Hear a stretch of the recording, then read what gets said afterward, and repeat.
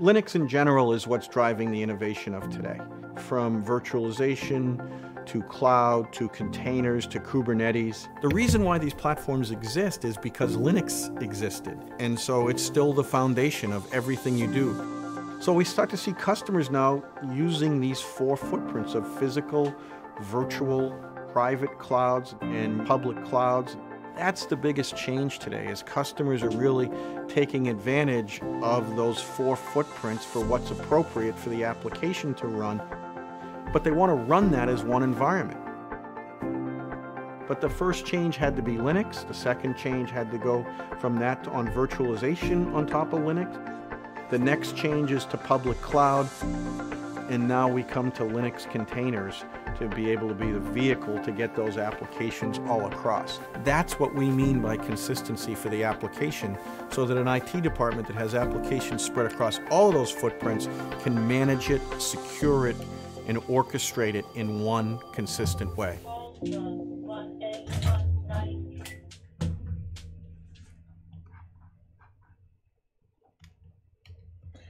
OK, alors bonjour tout le monde. Désolé de ce petit transition qui n'a pas été très fluide. Là. Le téléphone de la maison sonnait en même temps.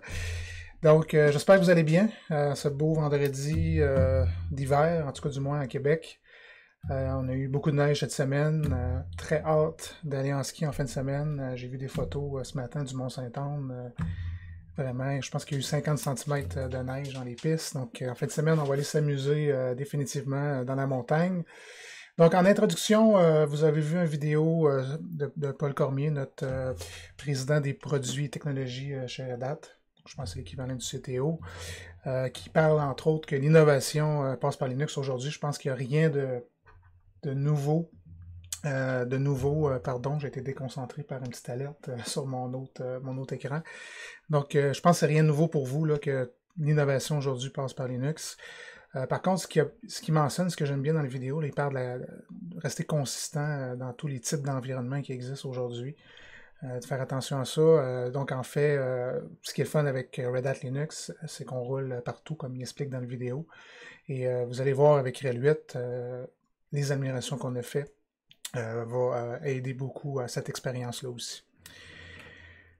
Donc, on est émission spéciale aujourd'hui, en fait, une émission spéciale sur RHEL 8, la sortie de RHEL 8 qui a eu lieu il y a 2 semaines exactement. En fait, c'est pas la sortie officielle, on est en bêta. Donc, aujourd'hui, on consacre l'émission à ça. Et tiens, avant de commencer dans le sujet directement, peut-être vous montrer, on travaille sur des vidéos concept chez Red Hat, donc je peux vous montrer ce qu'on est en train de travailler. Je pense pas que ça a été diffusé encore, mais c'est rien de secret, là. Donc je vous montre juste une petite vidéo. C'est des vidéos marketing, là. Je ne vous montrerai pas toutes les vidéos qu'il y a sur la table, mais vous en montrer un qui me plaît bien. Écoutez bien la musique, là. Vraiment la musique est super. Le jeu musical est bien fait, je trouve. Donc je vous passe ça juste ici.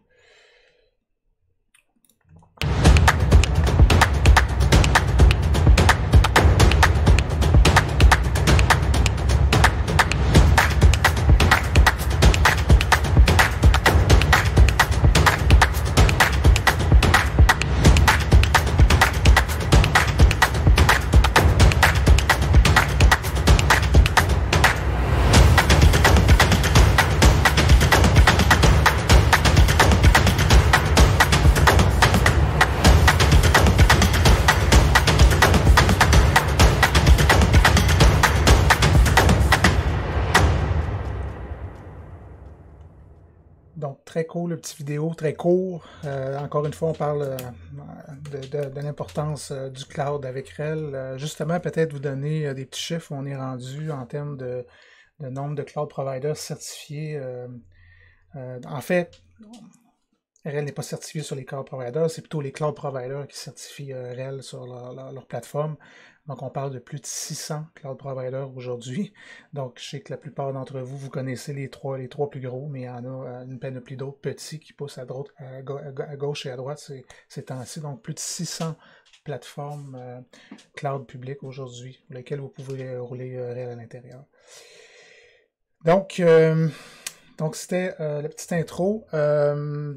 Aujourd'hui, comme je mentionnais il y a quelques instants, on change de structure habituelle, je change la structure habituelle de l'émission. Donc, on n'aura pas de nouvelles aujourd'hui, on n'aura pas d'annonce, quoi que ce soit. C'est vraiment, je veux focuser avec vous sur Red Hat Enterprise Linux 8. Je pense que vous êtes là aujourd'hui, c'est pour entendre parler de ça de toute façon. Et je vois qu'il y a quand même beaucoup de monde aujourd'hui. Très content. Merci d'être là. Merci d'être là en direct. Et n'hésitez pas si vous avez des questions à interagir. Et bienvenue aux nouveaux. Je devine qu'il y a quelques nouvelles personnes. Donc, juste avant de commencer, peut-être vous donner juste une petite publicité pour ma diffusion. Là, en fait, surtout pour les gens qui sont nouveaux. Si vous voulez joindre la mailing list que j'ai mis en place, la liste de diffusion, il suffit juste m'envoyer un courriel avec vos coordonnées, votre courriel en fait, et inscrire abonnement Twitch dans le sujet. Donc, et automatiquement, vous allez recevoir 2 jours à l'avance un contenu plus détaillé de ce que je vais dire dans l'émission. Donc, j'annonce l'émission sur Twitch et sur Twitter. Mais je suis limité en nombre de caractères que je peux passer, donc j'essaie de détailler sur quoi je vais parler. Donc, au travers de la mailing list, au travers de la liste de diffusion, pardon, vous avez plus de détails. Donc, je vous invite à vous inscrire. Inquiétez-vous pas, là, ça ne s'en va pas au marketing chez Red Hat. Vous ne serez pas pollué de courriel. Bien au contraire, c'est moi qui gère ça. Et pour l'instant, c'est vraiment que du contenu relié à l'émission. Quand je dis pour l'instant, peut-être que si je deviens avec un volume assez important et que les gens veulent d'autres informations pour le moment de moi, ça pourrait être utilisé. D'ailleurs, j'ai atteint un objectif avec Twitch important. J'ai été notifié par Twitch. Donc, je suis rendu à 50 personnes qui me suivent sur le compte. Donc, merci à tout le monde d'être là. Et merci tout spécialement à Xlash911, qui est la dernière personne à avoir su, qui a fait que je suis passé à 50. Donc, sur Twitch, à 50, on a atteint un autre palier. Donc, merci encore à Xlash de m'avoir permis d'atteindre ces 50 personnes-là sur Twitch. Donc, on a eu un début d'hiver assez chargé chez Red Hat.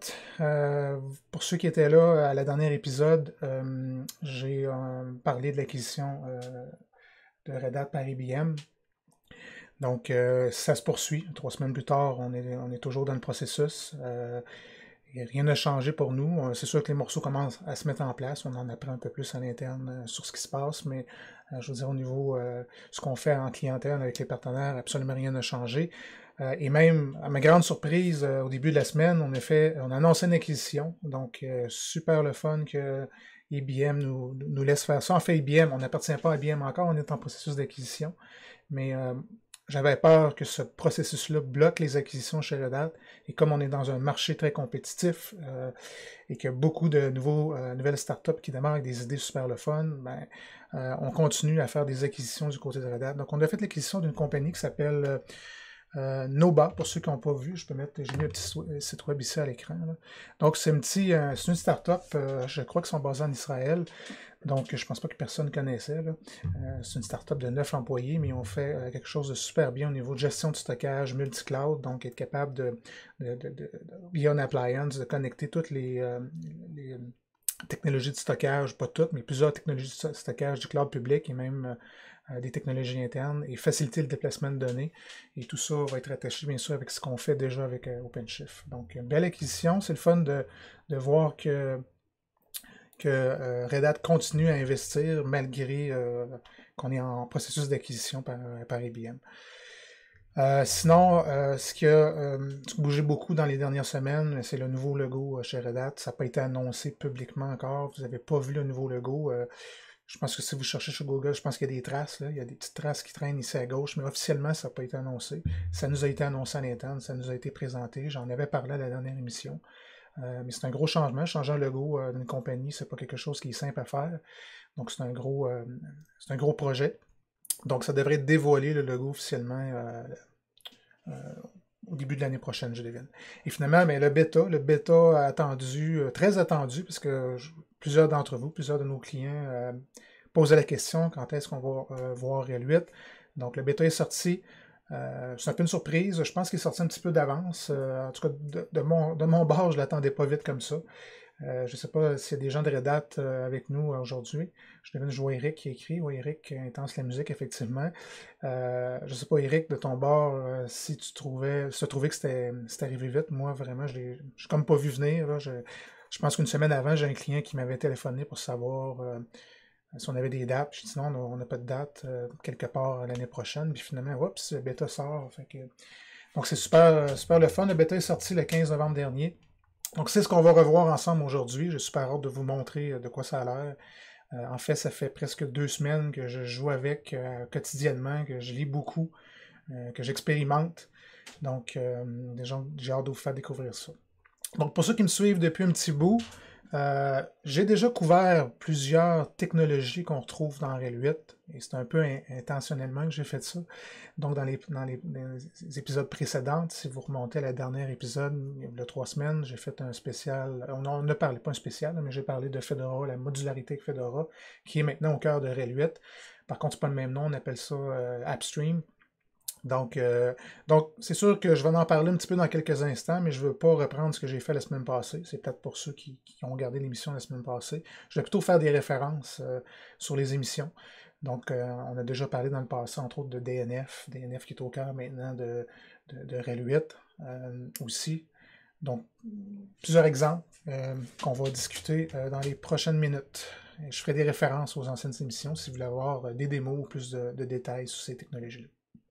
Donc, beaucoup de changements, pas beaucoup de changements, mais beaucoup d'améliorations dans Rail 8. Ce qui fait que je n'aurai pas le temps de couvrir tous les nouveautés aujourd'hui. Et je sors un petit peu de mon carcan habituel. Pour ceux qui me connaissent, pour les gens, les clients qui m'écoutent, quand je me déplace pour parler d'un produit, généralement, on a un beau deck, des belles slides, en fait, des belles diapositives à vous présenter. Et on argumente avec ces slides-là. J'ai pas de diapositives pour vous sur Rail 8. Enfin, on est en conception des decks. On a des petites affaires qui sont sorties, mais c'est très haut niveau. J'ai regardé, puis j'ai dit non, j'apporte pas ça à l'émission. Je vais vraiment plutôt ce qu'on va faire. Je vais vous parler des nouveautés, puis je vais vous le montrer. J'ai 2 machines en Rail 8 sur mon laptop. J'en ai une pour laquelle j'ai utilisé le bêta, le ISO qui est disponible publiquement. Et la seconde, j'utilise les derniers builds internes qu'on a. Donc, je vais vous montrer ça. Puis, justement, j'ai comme plan de faire une installation de Rail 8 avec vous. Pas au complet. Là, on n'attendra pas que l'installation se termine au complet puisqu'on perd beaucoup de minutes. Mais juste vous montrer un petit peu ce qu'on a fait de nouveau avec l'installation.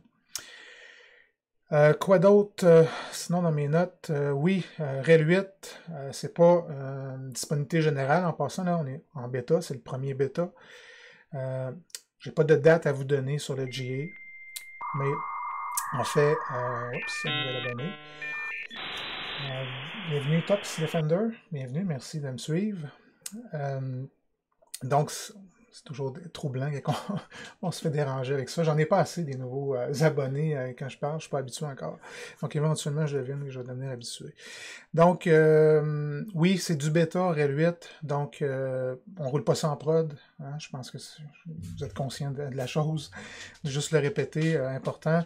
Ce que je veux noter ici, par contre, c'est que c'est du bêta, et je vous dirais le bêta est pas tout à fait complet. Vous allez voir, il y a des portions à certains endroits qui manquent des choses, entre autres pour Ansible. Ansible ne marche pas out of the box avec Rail 8 à cause du Python. Je vais tout vous expliquer ça dans quelques instants. Là, il y a des raisons derrière de ça. Du Python qu'on livre par défaut dans la plateforme. Mais sachez que tout le monde travaille là-dessus et ça va être corrigé à la sortie GE. Donc le but du bêta, c'est de vous montrer à quoi a l'air le produit et surtout prendre vos feedbacks aussi. Donc, n'hésitez pas à donner du feedback si vous essayez Rail 8.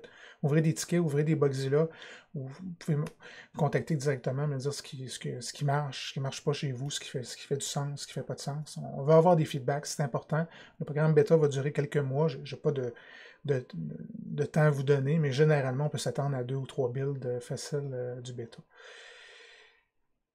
Donc, c'est ce que j'avais à dire. Donc, d'autres notes? Non, je pense que ça va. Donc maintenant, si on embarque sur le sujet principal, donc Rail 8, on va commencer par le début. Alors, comment on fait pour obtenir Rail 8? Donc, j'ai eu des courriels, j'ai eu des téléphones, des gens qui cherchaient hey, où est-ce qu'on trouve le ISO de Rail 8? On ne le trouve pas, c'est pas facile sur votre portail. Donc, plusieurs façons en fait d'aller chercher le code de Rail 8. Donc, je vais passer en mode écran ici. On va aller sur le portail client. Donc, je vais parler de la première façon. Pour la plupart d'entre vous, si vous êtes client, donc vous vous connectez au portail de Red Hat. Vous vous loguez bien sûr. Donc, tous les clients qui ont des abonnements avec nous ont accès, en fait, au programme bêta. Donc, vous pouvez cliquer sur le bouton ici, directement sur le portail client, qui va vous donner plus de détails, en fait, ce qu'on va traiter dans quelques minutes ensemble. Et si vous allez cliquer sur Get Started, ça va vous envoyer un courriel qui vous explique comment obtenir Rail 8. Si vous voulez le télécharger directement, on clique sur Download ici. Et là, la petite passe était après cette fenêtre-là. On choisit Red Hat Enterprise Linux juste ici au centre. Et la petite passe, OK, où ça accroche, où les gens ont de la misère à trouver, c'est juste ici. Donc, si vous regardez, je vais télécharger Red Hat Enterprise Linux. Donc, vous avez le serveur. Et si je viens cliquer dans la version, oups, le 8 n'est pas là. Non, le 8 est caché. Pas vraiment caché, c'est juste qu'il y a un autre endroit. Donc, je vais juste prendre Mirror pendant ces petites opérations-là. Donc, il est caché juste ici en dessous. Donc, en fait, Rail 8 vient construit avec 4 plateformes différentes. OK? Donc, la plateforme x86, donc c'est celle-là qui nous intéresse dans notre cas. Donc, Red Hat Enterprise Linux for x86, regardez le bêta. Donc, si je change cette variante-là, vous allez avoir accès à 8 qui est juste ici. Si vous voulez tester Rail 8 sur d'autres plateformes, c'est possible. On supporte PowerPC, la plateforme DBM, PowerPC en Little Endian seulement. Côté ARM aussi, on est présent. On a fait une annonce aussi cette semaine avec Amazon. Donc, vous pouvez rouler maintenant Red Hat Linux version ARM dans Amazon. Donc, ça coûte moins cher rouler ces instances-là sur Amazon en passant.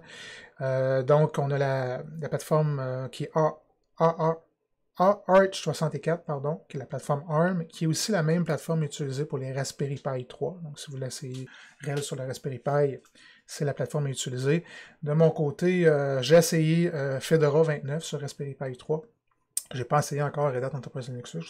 Quand j'aurai quelques minutes, c'est quelque chose que je vais expérimenter. Je vous en donnerai des nouvelles. Et finalement, la plateforme Mainframe aussi, S390. Donc, il faut juste choisir ici là, la bonne plateforme avec laquelle on veut travailler. Et on va aller chercher le bêta. Donc, moi, j'ai déjà téléchargé l'image.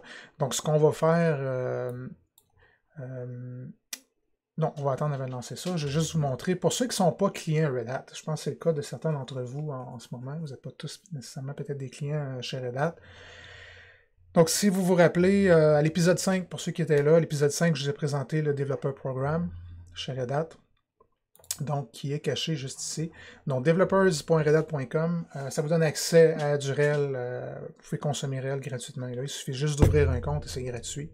Donc, c'est consommable. Aussi, vous pouvez télécharger RHEL 8 à partir de ce portail-là ici. Donc, il suffit de se connecter, se créer un compte, se connecter et télécharger l'image que vous voulez. Donc, on fournit pour les développeurs, pour les clients, les non-clients, par contre, on n'ouvre pas toutes les plateformes. Je n'ai pas d'explication à ça, là. PowerPC et Mainframe n'est pas là. Donc, je peux peut-être me prendre une petite note là-dessus. Là. C'est vrai, je n'avais pas remarqué ça. Et finalement, vous avez une image VirtualBox aussi, pour ceux qui utilisent VirtualBox du côté peut-être, bon, ça marche en Linux, mais en Windows aussi. Donc, vous voulez l'essayer, il y a une image déjà de toute prête. Donc, c'est les façons de faire, donc le portail client ou sinon développeur. Ah, c'est vrai, il y a une autre façon un petit peu plus exotique pour ceux qui roulent Fedora sur leur laptop. Juste vous montrer. On a Boxy ici, je pense que j'en avais déjà parlé, là, Boxy un petit peu dans une émission précédente. Donc c'est un wrapper par-dessus libvirt qui facilite le lancement d'une machine virtuelle. Donc si vous faites New, vous allez dans Download OS, vous avez le Rail 8 qui est juste ici. Lorsqu'on clique dessus, par contre, il nous demande nos credentials pour le Developer Network. Donc on s'en sort pas, il faut vraiment au moins s'enregistrer au minimum dans le Developer Network pour aller chercher l'image. Okay. Donc, on va revenir sur Boxy tout à l'heure. Donc, c'est les façons de faire. Oui, pour GNOME Boxy, pardon, j'avais pris une note. Là, ça prend vraiment la dernière version pour aller chercher Rail 8. Donc, assurez-vous que vous faites les mises à jour. C'est la version 3.30.2 de Boxy qui fonctionne. Et plus. Donc, on va, justement, j'aurais dû garder Boxy ouvert. On va se lancer une installation, parce que je vais vous montrer ce qu'on a fait de nouveau dans l'installation de Rail 8 et vous parler un petit peu aussi de certaines nouveautés propres au lancement, à l'installation Rail 8, pardon. Donc, je retourne encore dans Boxy. Boxies, parce qu'il y a un S, hein. Voilà, prononcer comme il faut. Donc, on va se créer une nouvelle machine. J'en ai déjà une qui roule, mais on va revenir sur elle tout à l'heure. Donc, moi, j'ai déjà téléchargé l'ISO. Donc, je vais aller chercher l'ISO qui est ici. Bêta numéro 1. Vous voyez, quand on crée une machine virtuelle dans Boxy, on ne pose pas trop de questions. C'est vraiment le strict minimum. Donc, moi, ce que je vais faire, je vais juste augmenter la mémoire, là, parce qu'un gig, ça ne sera pas assez. Je crois que ça prend 1.2 ou 1.4. Je vais mettre 2, là, comme ça, on est correct. 10 gigs, on est suffisant pour faire des tests. Donc, je vais lancer ma machine virtuelle. Donc, pour ceux qui ont installé Red 7, qui ont installé Fedora, je pense que vous n'êtes pas perdus. Ah, je vais changer de vue ici. Attendez un petit peu, je vais mettre. Vous ne voyez pas la binette. Donc, je vais mettre la binette à l'écran. Donc, pour ceux qui ont installé Red 7 Fedora, vous ne serez pas perdus. Là, on n'a pas réécrit rien. Là, on prend ce qui fonctionne bien, on l'améliore. Donc, c'est ce qu'on a fait avec l'installateur de Red 8. J'ai des petites nouveautés, par contre, à faire noter. Donc, tout d'abord, c'est possible maintenant d'installer Red 8 sur des périphériques de stockage de type NVDIMM, qui gagnent en popularité, ce genre de périphérique-là. Donc, pour ceux qui ne connaissent pas le NVDIMM, ça mixe du stockage traditionnel avec du stockage en mémoire. Donc, c'est un mix and match des deux. Je ne suis pas un spécialiste de stockage, mais c'est un mix and match des deux. On supporte l'installation et même le démarrage sur ce type de device-là. Donc, intéressant. On a aussi intégré la capacité au niveau d'encryption des disques, de se connecter à un serveur Tang automatiquement. Donc, j'ai déjà parlé dans le passé de Network Bound Disk Encryption, qui est une super technologie d'encryption. Inclus dans... Oups, il y a un petit problème ici. Okay. Qui est inclus dans RHEL, en fait. Donc, on est capable de tout de suite régler ça à l'installation au lieu de le faire après l'installation. Donc, si on a un serveur Tang, tout simplement se connecter au serveur Tang et automatiser la décryption au démarrage. Sinon, il y a un nouvel outil qu'on ne verra pas dans l'installateur, mais qu'on va voir par après. Oui, on va le voir dans l'installateur, on va le voir dans la configuration au niveau des packages tout à l'heure, qui s'appelle System Purpose. Donc, je reviens sur ça. Et finalement, le Subscription Manager va être intégré. Il n'est pas pour l'instant, il n'est pas dans le bêta. Je ne suis pas certain qu'il va l'être dans le GE. Je pense que ça va être du post-GE, mais Subscription Manager qui permet d'enregistrer votre machine. J'ai comme l'impression que je manque de ressources. On va un petit peu, là. C'est comme très très lent en ce moment. C'est plus vite que ça. Bref. Non, ça va. Donc, Subscription Manager qui va être intégré éventuellement. Donc, ça veut dire qu'au moment de l'installation, vous allez pouvoir enregistrer votre machine, le portail et lancer les mises à jour automatiquement. Pour l'instant, ça ne l'est pas dans le bêta. Peut-être GE, mais ça risque d'être du post-GE, je crois. Donc, l'installation, comme je vous dis, ça ressemble beaucoup à ce que vous connaissez avec Red 7, avec Fedora. C'est le même concept. Donc, on avertit ici qu'on est en pré-release, bien sûr. Faites attention. Donc, je vais procéder. Je vais cliquer sur le bon parce que sinon, il aurait fallu recommencer. Donc, on ne fait pas l'installation complète. Là, je vais juste vous montrer ce qui est nouveau. Donc, le gros de la nouveauté est ici. Là. Le menu se ressemble. Vous voyez, ça a été ajusté, les icônes pour finir un petit peu. Le gros de la nouveauté est ici. Oups. Qu'est-ce qui se passe? Ok, je vais juste aller voir là. Qu'est-ce qui se passe au niveau de la mémoire. Ça pas très long. Les démos live, c'est ce qui arrive. Voyons donc. Ok.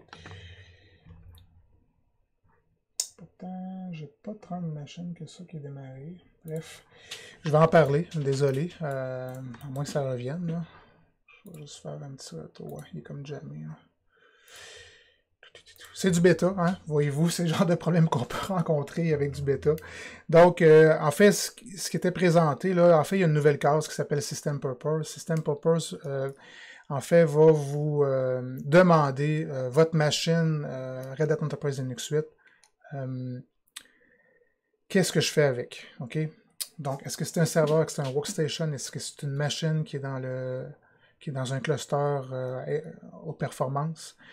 Donc, pourquoi on fait ces demandes-là maintenant avec RHEL 8? C'est qu'on on va livrer seulement un ISO avec RHEL 8. Donc, vous avez peut-être sans doute remarqué, là, ceux qui ont téléchargé le ISO de RHEL 8, beaucoup plus pesant que RHEL 7. Donc, pourquoi est-ce qu'on a bundlé ensemble plusieurs versions? Et au moment de l'installation, il va falloir spécifier. Donc, vraiment, il est mort, ma machine est vraiment morte. J'avais mis assez de mémoire, mais... Bref, comme j'expliquais, donc il va falloir spécifier c'est quoi le type, c'est quoi, est-ce que c'est un serveur workstation, est-ce que c'est un nœud dans un HPC. Vous allez devoir aussi spécifier votre niveau de support que vous voulez affecter cette machine-là. Est-ce que c'est un support self-support, standard ou premium. Et finalement, vous allez devoir donner le type. Est-ce que c'est une machine qui roule en production? Est-ce que c'est une machine qui roule en développement? Ou est-ce que c'est une machine qui roule pour faire du DR, Disaster Recovery, c'est un autre site qui est en attente. Pourquoi? Parce qu'il y a des abonnements, le prix de l'abonnement n'est pas le même lorsqu'on utilise, selon le type que vous utilisez. Là, si vous utilisez du DR versus de la prod, ben c'est pas le même prix. Donc, c'est pour faire ce lien-là. Donc, c'est une nouvelle fenêtre qui vous pose ces questions-là. Et vous allez avoir aussi la ligne de commande dans quelques instants que je vais vous montrer. Donc, comme mon installation n'a pas fonctionné, c'est le fun. Ça, live sur Internet, j'ai fait cette installation-là, je ne sais pas combien de fois dans les dernières journées, et ça ne fonctionne pas. Alors, donc, désolé. On va revenir, je vais aller dans Boxy. Moi, je vais juste aller voir si elle n'a pas décroché. Non, elle est vraiment morte. Donc, c'est comme si elle avait manqué de mémoire. Donc, je vais la détruire. Donc, on va faire un delete là-dessus. Et on va plutôt fermer celle-là. On va aller en chercher un autre, une qui est déjà installée. On va aller sur KVM, sur Web Manager. Donc, je vous montre ça, j'en ai plusieurs. Donc, on va aller chercher celle-là ici. Donc, en voici une qui roule. Donc, voici RHEL 8. Bienvenue dans RHEL 8. Donc, première observation. Eh bien, c'est GNOME. C'est GNOME 3 qui est là. En fait, c'est GNOME 3.28.2 pour être plus exact, pour être plus précis. Vous vous souvenez, dans RHEL 7 aussi, c'était GNOME 3, mais on avait laissé la thématique par défaut du desktop qui ressemble à GNOME 2. Donc, on a enlevé ça dans RHEL 8. Donc, c'est purement GNOME. On a fait plus que ça. On a même enlevé KDE. Donc, plus de KDE non plus dans le monde de Red Hat Linux. Ça a fait jaser beaucoup sur Reddit, d'ailleurs. Mais bon, on a décidé de focusser sur GNOME. Qu'est-ce que le gros changement se situe ici. Donc, si je fais un list update, j'en ai pas. Qu'est-ce qu'il y a de différent ici? En fait, de 1, je ne suis pas associé, là, je ne suis pas connecté au portail. C'est impossible de connecter le bêta au portail. On peut pas, il n'y a pas d'abonnement disponible. Alors, premier petit truc pour vous qui commencez avec Red Hat Enterprise Linux 8, avec RHEL 8. Première chose que vous allez avoir à faire, si vous voulez tester Yum, qui est DNF en fait, et la modularité avec AppStream, il faut avoir des sources de configurer. Donc, je vous donne le truc, c'est assez simple. Là, si vous faites du Red Hat, ça fait longtemps. Vous configurez tout simplement dans yum.repo.d une source. Et je vous donne les sources exactes. Ça, c'est en fait ce que j'ai fait ici, c'est que j'ai pris l'ISO et j'ai copié 2 répertoires. Donc, très important de copier ces 2 répertoires-là. Maintenant, on a 2 types de répertoires. Donc, Base OS, qui est vraiment la base du système d'exploitation, et AppStream, qui sont les applications qu'on va mettre par-dessus l'OS. Mais je vais revenir sur ce concept-là tantôt. Concept que j'ai expliqué en passant avec la modularité dans le dernier épisode. Je vais juste voir, j'ai-tu les sources officielles ici? Ouais. Donc ici, c'est les sources que vous allez utiliser. Donc ce fichier-là, commencez pas à le taper à la main. Difficile peut-être de le trouver même sur notre portail. Ce que j'ai fait pour faciliter la vie. Alors j'ai fait un pass-bin ici que je vais copier immédiatement dans le chat. Donc vous pouvez faire un copier-coller du pass-bin et venir prendre le contenu qui est ici et le copier dans vos sources. Donc vous créez un répertoire, un fichier, tout simplement dans un TC Yum Repo. Vous l'appelez comme vous voulez. Prenez pas... il y en a un qui s'appelle Redhat.repo, il est vide. Prenez-le pas. On est en train de, je pense, faire de l'expérimentation avec ça. Et il y a certains packages qui vont défaire. Si vous mettez de quoi à l'intérieur, il y a certains packages qui vont venir détruire ce que vous faites dedans. Fait que créez un nouveau fichier. Très important, il faut qu'il s'appelle .repo. Si vous ne mettez pas le .repo, ça ne fonctionnera pas. Donc à partir de là, vous allez pouvoir tester, installer d'autres packages qui ne sont pas inclus avec le système de base. Donc je vais faire un Yum Search Vim pour vous montrer. Là. Donc ça fonctionne. Moi, encore une fois, je suis connecté local. Par contre, je ne suis pas connecté à distance, comme vous allez le faire. Donc, qu'est-ce qui a changé ici? Pour ceux qui roulent souvent Yum, peut-être vous avez remarqué, beaucoup plus rapide. Ok. En fait, c'est pas Yum, on va mettre ça au clair. Là. On va arrêter. Faut appeler ça. On a décidé de garder le nom Yum. Ok, je vous explique pourquoi. Donc, si je fais un Where is Yum, vous voyez dans User has been, on va aller voir ce qu'il y a là. Donc, si je fais un ls-l dans User bin de Yum, qu'est-ce qui se passe avec ça? Regardez, c'est un lien symbolique maintenant vers DNF et même ça spécifie la version de DNF qu'utilisait la version 3. Donc, ce qui veut dire que, et là, j'essaie de voir un statut, j'essaie de voir avec mes collègues, c'est que ça mène si on a une ligne conductrice là-dessus. À ce niveau-là, est-ce qu'il faut utiliser Yum ou DNF? Parce que DNF aussi fonctionne. Okay? DNF, c'est le même principe. Pour ceux qui arrivent du monde Fedora, qui connaissaient Fedora, DNF est là depuis quelques releases, je pense Fedora 18, si je ne me trompe pas. Donc, on utilise DNF. Je me suis même habitué à DNF. J'arrive souvent dans RHEL et je tape DNF, puis non, c'est vrai, c'est Yum. Donc, je pense qu'il n'y a pas... vu que c'est un lien symbolique, là, il n'y a aucun problème à utiliser dans votre cas DNF ou Yum. Mais je vais essayer d'avoir, si on a une ligne directrice là-dessus, c'est quoi le message qu'il faut passer. Est-ce que c'est vraiment Yum ou c'est DNF? Donc, pour l'instant, tout semble tourner autour de Yum. On continue avec Yum. Vous êtes habitué avec Yum si vous venez du monde RHEL aussi. Donc, ce qu'il y a de nouveau maintenant, c'est cette commande-là, Yum Module, que j'ai présentée à le dernier épisode. Mais je vais aller très très vite comme je l'ai déjà présenté. Mais voici les modules qui sont inclus en fait avec la plateforme RHEL. Donc, je vais juste grossir. Attendez un petit peu, je vais le mettre en plein écran. Plus facile, plus élégant pour vous. Je pense, oui, c'est bon. Je vais juste voir ici qu'est-ce que j'ai. Ouais. Donc, ce qu'il y a de nouveau. OK, je l'ai expliqué au dernier épisode. Donc, on a maintenant deux repos de configurer par défaut. OK, le premier repo qui s'appelle, qui est traditionnel, donc comme avec RHEL 7. Donc ici, c'est RHEL 8 Server RPM. Et vous avez un autre repo qui s'appelle AppStream. Ça ici, c'est vraiment l'OS de base. C'est l'OS qu'on va toucher au strict minimum, qu'on garantit le cycle de vie pendant 10 ans. Ça, on n'y touche pas, c'est du solide. Ça vient avec des packages aussi par défaut. Quelques packs d'applications aussi qui vont être là par défaut.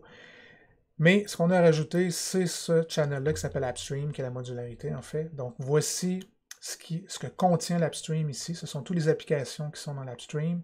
Pour ceux qui n'ont pas regardé l'émission précédente, ce qui est le fun dans AppStream, c'est que, par exemple, pour Node.js, là maintenant j'ai deux versions. OK? Donc, ce que ça me dit ici, là, ça dit que Node.js, si je l'installe, il va installer la version 10 par défaut.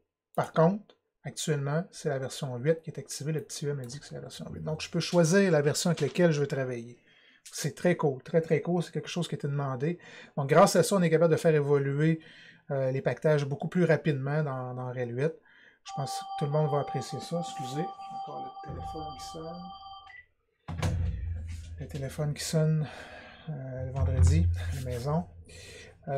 Donc, j'ai perdu mon fil avec ça. Oui, donc je peux utiliser la version que je veux. Et vous allez voir dans le cycle de vie de RHEL 8,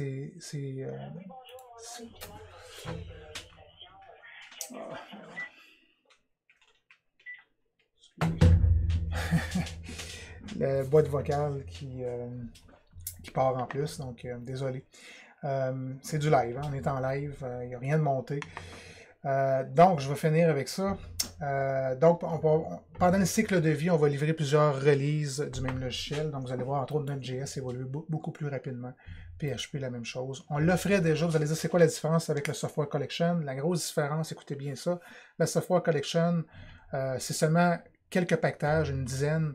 Ici, dans la AppStream, on est rendu, je pense, à 45 ou 46 logiciels différents. Vous allez voir ce chiffre-là grossir, de 1. De 2, la Software Collection, en fait, ça installe différentes versions du même logiciel, mais dans des répertoires différents. Ici, on va vraiment dans les répertoires par défaut. Ce qui fait qu'on ne peut pas rouler deux versions différentes de la même application. Il faut choisir avec lesquelles on travaille. Et 3, ce qui est super le fun, c'est que non seulement on peut installer le pactage, mais on peut aussi choisir de quelle façon on veut utiliser le pactage. Parce que dépendamment de la façon dont on l'utilise, on va avoir des dépendances associées à ça. Donc, si je prends le cas, par exemple, de MariaDB, ici, donc, je peux choisir, est-ce que je veux installer le client, le serveur, Galera, ou, bon, il y a un profil par défaut, je pense qu'il installe, et je ne me souviens pas c'est lequel. Je pense que c'est un de ceux-là, ou c'est vraiment juste les pactages de base, je ne me rappelle pas. Mais c'est vraiment, vraiment bien. Donc c'est la grosse nouveauté, hein? C'est ce qui est vraiment de nouveau, ce concept-là, dans Unreal 8. Donc, ce que j'ai présenté plus en détail la semaine passée. Donc, si je vais installer une version spécifique, je fais un yum install Node.js 2.8, ce qui est déjà installé dans ce cas-ci. Mais donc, je spécifie la version, il l'installe, il va me dire que c'est déjà fait. Si je veux passer à la seconde, je vais simplement installer ça ici. Il va dire, oups, une nouvelle version, il faut que j'upgrade, et ainsi de suite. Donc, ça change le comportement de votre L8 un petit peu. On choisit la version avec laquelle on veut travailler. Donc, c'est une belle amélioration. Est-ce qu'il y avait des questions? Non. OK. Quoi d'autre? Donc, ça, c'était donc Yum, DNF, grosse nouveauté. DNF, en fait, l'écriture de Yum, beaucoup plus rapide. En fait, ce que DNF fait aussi, au niveau de la résolution, quand il y a des dépendances, est beaucoup plus efficace. En fait, on utilise libsolv, qui vient du monde SUSE Linux en passant, donc c'est open source. On utilise aussi. On a des belles technologies chez Red Hat, mais la compétition des belles technologies, comme c'est open source, on peut les utiliser, il n'y a pas de problème. Maintenant, je vais vous parler, on va repasser en grand écran. J'ai monté un petit tableau ici. Je vais vous parler de la release, la cadence de release de RHEL 8. Ça change un petit peu. Ça ressemble à RHEL 7, là, mais je vous dirais qu'on va être plus rigoureux un petit peu encore avec RHEL 8. C'est ce qui nous est demandé de la part des clients. Et je vais vous montrer la cédule ici,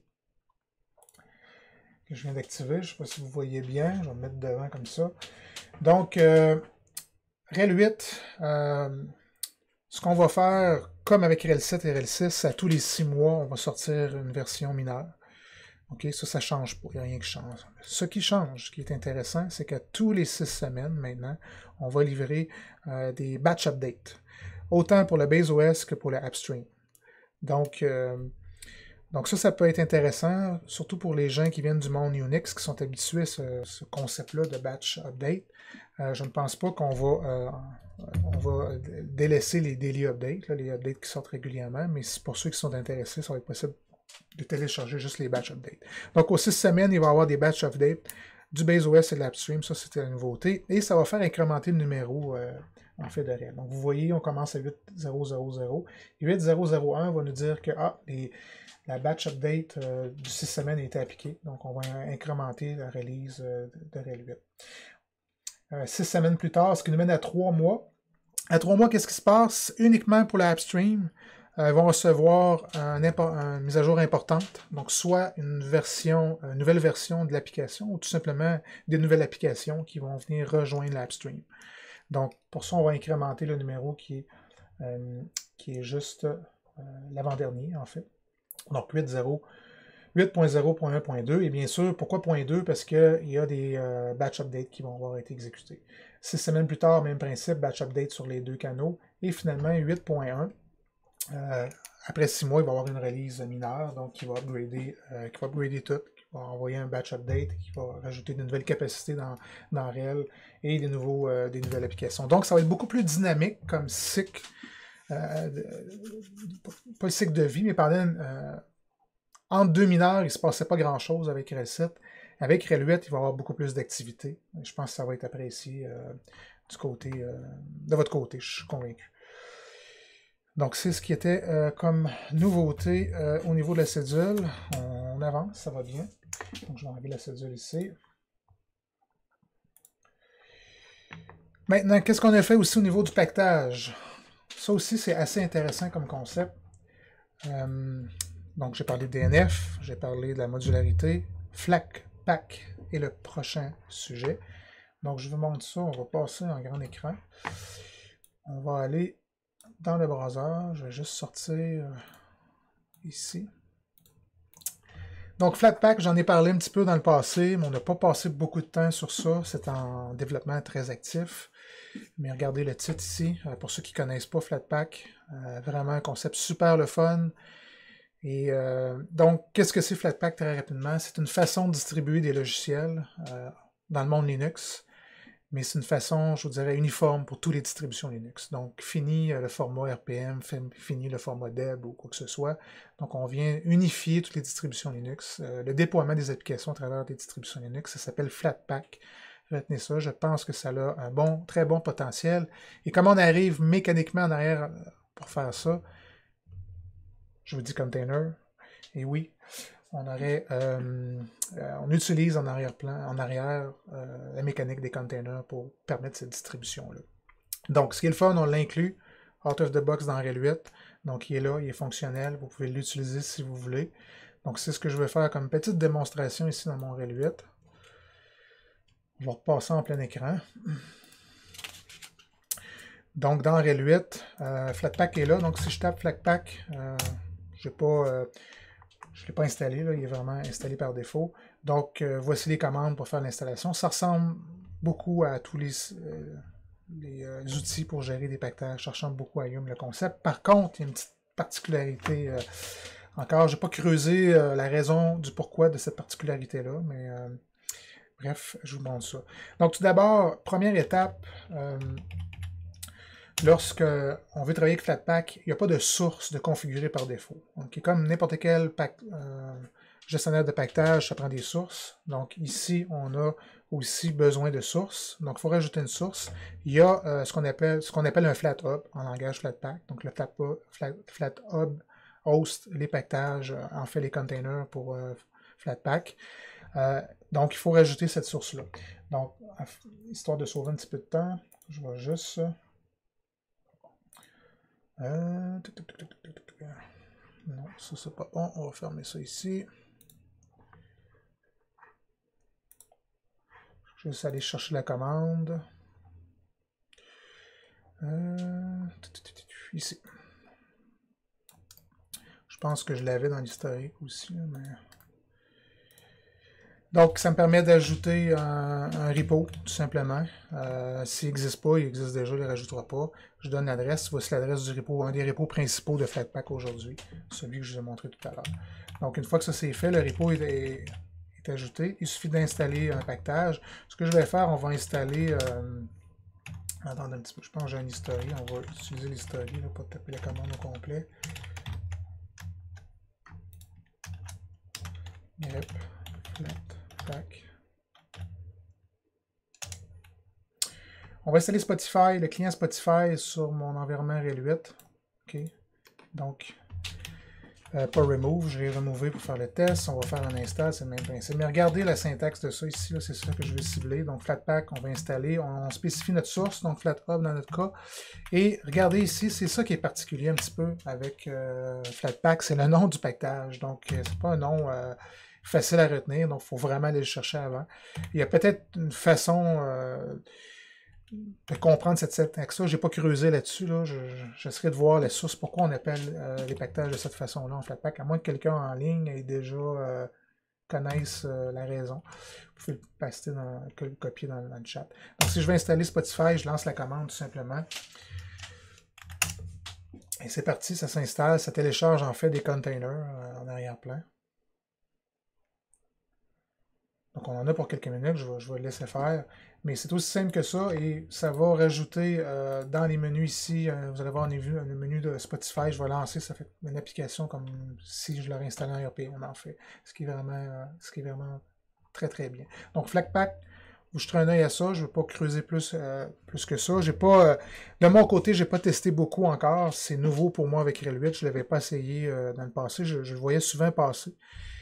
Mais aujourd'hui, maintenant qu'il est dans 8 de facto, là, je vais passer un petit peu plus de temps et voir son potentiel. Et c'est intéressant. Surtout, on a manipulé plusieurs saveurs, pas saveurs, mais saveurs de Linux. Ça peut être intéressant. Donc, il est déjà 1 heure. Je vais terminer avec... il y aurait 2 choses que j'aurais aimé vous parler, mais au pire, je vais reporter la semaine prochaine. Mais je vais terminer avec Cockpit. Cockpit est très important dans Rail 8. Mais avant d'embarquer dans Cockpit, je viens de voir que Spotify est fini d'installer, donc ça a été installé. Donc, si je m'en viens ici, là, je vais juste vous montrer Spotify. Spotify est là, donc je peux lancer Spotify et c'est le client qui démarre pour pouvoir aller lire ma musique sur Spotify. Ok, donc c'est très très bien. Concept le fun. Vous y rajoutez un œil à ça. Donc, finir peut-être la journée aujourd'hui, puisqu'il est déjà 1 heure, ça va très très vite. 45 minutes, ça passe très très vite avec tout le matériel que j'ai. Je suis en train de regarder ma liste, là. Il me reste 3 pages encore.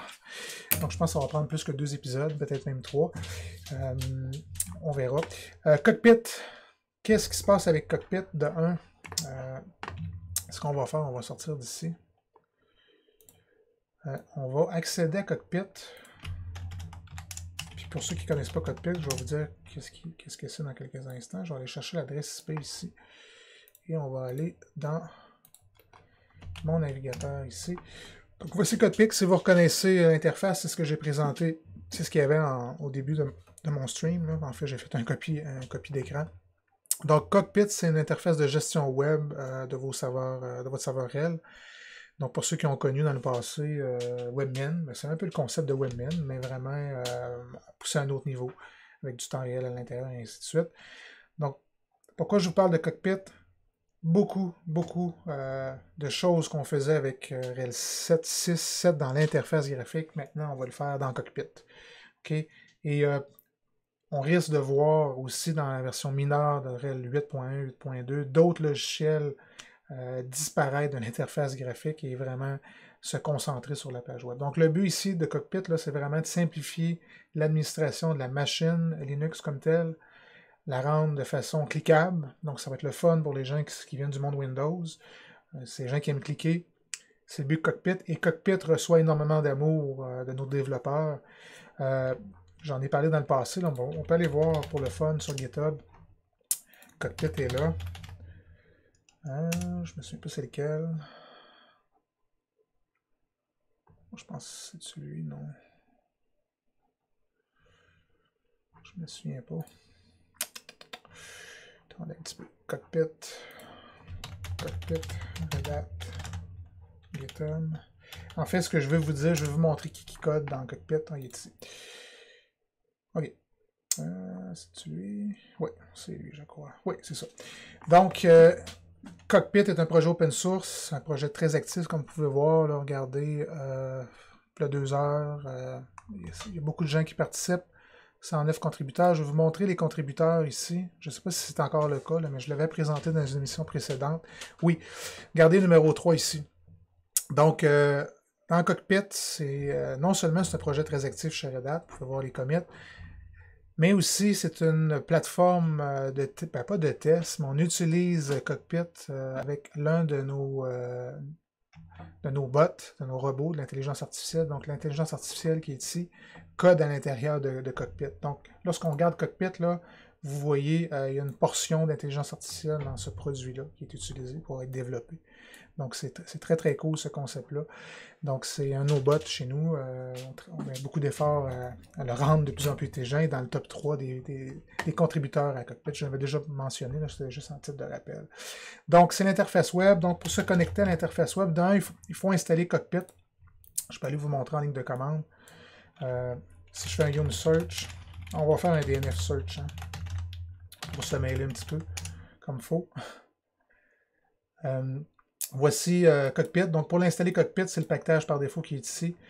Si on veut ajouter des capacités à Cockpit, il faut installer ce qu'on a besoin, tout simplement. Un que je vous suggère, c'est Dashboard ici. Je vais vous le montrer dans quelques instants. D'ailleurs, s'il y a des gens de l'Université Laval qui sont en train de me regarder, je pense que c'est le cas. Je suis allé il y a quelques mois vous présenter Satellite et on a parlé de Cockpit à l'époque. Vous m'aviez posé la question, est-ce que Cockpit peut se connecter sur différentes machines à partir d'un point central? À l'époque, je vous ai dit non, mais maintenant, c'est oui, on est capable de le faire au travers de ce qu'on appelle Cockpit Dashboard. Donc, je vous montre ça à l'instant.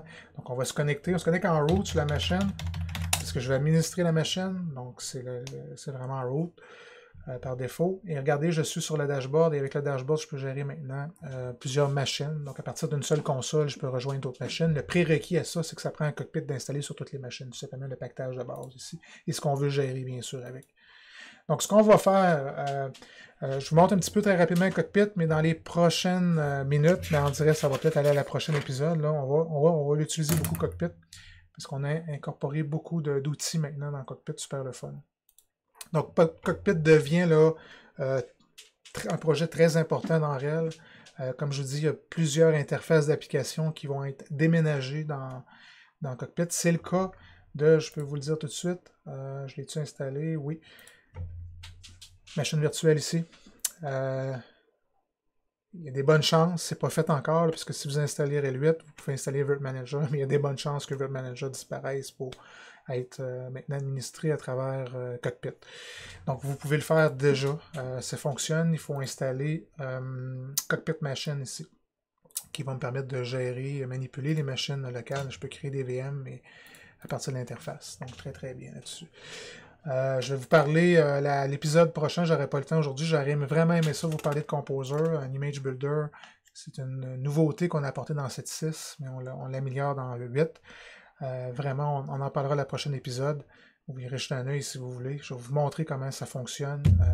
C'est un projet jeune, mais qui a beaucoup de potentiel, donc je vais vous en parler plus tard. Donc si on revient dans Cockpit, pour ceux qui ne l'ont jamais vu, ben, c'est du système temps réel ici. Vous voyez ici les données, question que j'ai souvent, est-ce que je peux stocker les données à l'intérieur de Cockpit? Je peux maintenant le faire, ce n'était pas le cas avant. Comment on fait ça? Cockpit PCP qui est ici. Donc Cockpit PCP, on utilise Performance Copilot pour garder les données. En fait, quand vous installez Cockpit PCP, au lieu d'utiliser la mécanique de Cockpit pour aller chercher les métriques, on prend la mécanique de PCP. Et en plus, on les stocke, donc on peut revenir dans le temps pour voir qu'est-ce qui s'est passé. Donc, c'est du monitoring pratiquement. On avait du monitoring dans le passé chez Red Hat. On a délaissé ça, puis on revient finalement au monitoring, parce que c'est demandé. Vous pouvez parcourir les logs.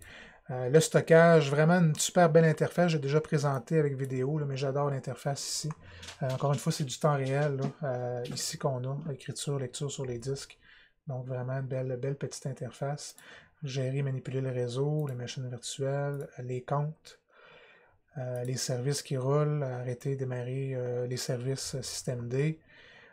Si c'est un recording, je pense qu'il n'est pas configuré. Configuré, en tout cas il n'est pas activé du moins. Session recording, c'est quelque chose qu'on avait beaucoup en demande chez Red Hat pour enregistrer des sessions, des gens qui se connectent à une machine, je vais enregistrer ce qu'il fait. Donc c'est maintenant là dans RHEL 8, c'est avec un outil open source qui s'appelle T-Log qui est là, et en plus on l'a intégré avec Cockpit. Donc très cool ce qu'on a fait ici avec RHEL 8. Toutes les applications qui sont installées, SE Linux, les mises à jour software update ici avec Subscription Manager. Pour l'instant, on n'est pas connecté, on ne peut pas les voir. Les abonnements, quel type d'abonnement encore là, je peux installer. Finalement, je peux me connecter en terminal directement à partir de l'interface web. Ici, ça doit marcher ça. Il y a un petit bug pour moi. Oups. Il y a un petit bug. Hein. Et oui, c'est ça un bêta. Il y a des petits bugs. Il reste des petites coquilles de même à corriger. Il me semble que je l'avais essayé et ça fonctionnait. C'était juste un rafraîchissement. Je vais réessayer. Non, il est vraiment capote. Pousser ici. Il faut juste le rafraîchir. Donc, c'est des petites coquilles qui restent encore dans le bêta. Donc, ce qui est le fun, et là, ça ne fonctionnera pas parce qu'il y a un bug actuellement. Là, quand on perd la connexion avec une machine, avec Cockpit, on n'est pas capable. Je vais tout simplement, même si je fais reconnect, ça ne marche pas. Là, je vais éditer le serveur. Ici, je vais le supprimer. Et je vais en ajouter un autre. Je vais aller me chercher Boxy. Si Boxy marche bien, parce que tantôt il ne marchait pas bien. Donc, un Boxy ici. Donc, avec un petit fond d'écran que j'ai pris. En fait, il y a plusieurs petits fonds d'écran qui viennent avec RHEL 8, avec thématique RHEL 8. Oups, c'est pas ça le mot de passe. Donc ce Red Hat 8 ici a été updaté à la dernière release interne. C'est sûr qu'on ne verra pas de changement. Il n'y aura pas de gros changements dans le processus du bêta, mais vraiment de la correction de bugs. Donc, comme je travaille sur quelques bugs en ce moment, comme j'ai notifié quelques bugs, pardon, je sais un petit peu ce qui se passe là-dessus. Donc, j'ai l'adresse IP qui est ici. Donc, on va copier ça. On va aller ici, on va rajouter cette machine-là. Donc, très important, était déjà là. Donc, que Cockpit roule sur la machine que je veux rajouter. Et je rajoute le mot de passe qui est ici. Je me connecte en route. Je pense qu'il est juste gardé, ouais, j'ai accès. Donc, je me connecte sur une autre machine à partir de la même console. On voit ici, là, en fait, c'est une espèce de redirection qu'il fait, là, mais je suis connecté sur ma machine locale, mais sur la machine remote pour afficher le contenu qui est là. Elle n'a pas les storage performance. Comme vous pouvez voir, là, il n'y a rien de je ne peux pas revenir dans le temps. Si je le mets à on ici, et là, il faut qu'il collecte des données avant d'afficher, mais je crois qu'on va voir apparaître le menu. Non, c'est juste qu'il n'y a pas assez de données à l'entrée, mais Storage Performance ici, là, Store Performance, excusez, pas Storage Performance, va me permettre d'aller chercher ce que j'avais tantôt. Oups. Sur mon dashboard. C'est pas celui-là, voyons, j'en pris le même. Sur le bleu. Voyons, je l'avais tantôt. Où es-tu? Il a disparu. Il était juste ici en haut à droite. Bref, on est en bêta.